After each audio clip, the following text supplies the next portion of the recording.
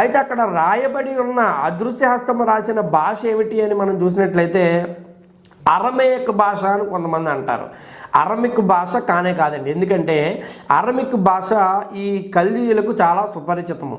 ఒకవేళ అరమిక్ భాషలో కనుక అది వ్రాయబడి ఉంటే వీరి యొక్క జ్ఞానులు పండితులు ఖచ్చితంగా దాన్ని చదివి అర్థం చెప్పేవారు. వారు అర్థం చెప్పకపోవటమే కాదు, కనీసం చదవలేకపోయారనే లేఖనము తెలియజేస్తుంది. పోనీ హిబ్రూ భాష అని మనం ఆలోచన చేసినట్లయితే ఆ జ్ఞానులలోనేంటి, బబులోను సంస్థానంలోనేంటి చాలామంది హెబ్రీలు ఉన్నారు. నెబుకద్నెజరు ఈ యెరూషలేము పట్టణం మీద దాడి చేసిన తర్వాత అనేక మందిని బందీలుగా తీసుకురావటము జరిగింది బబులోను పట్టణాలకి. ఆ పట్టణం అంతా కూడా, అలాగే బబులోను దేశం అంతా కూడా ఈ యూదులు కూడా విస్తరించి ఉన్నారు. ఒకవేళ హెబ్రీ భాషలో రాయబడి ఉన్నా కూడా అది వేరే వాళ్ళు చదవలేనంత స్థాయిలో అది ఉంటుంది అని కూడా మనము ఆలోచన చేయటం. అది ఏ భాషలో అది రాయబడింది అంటే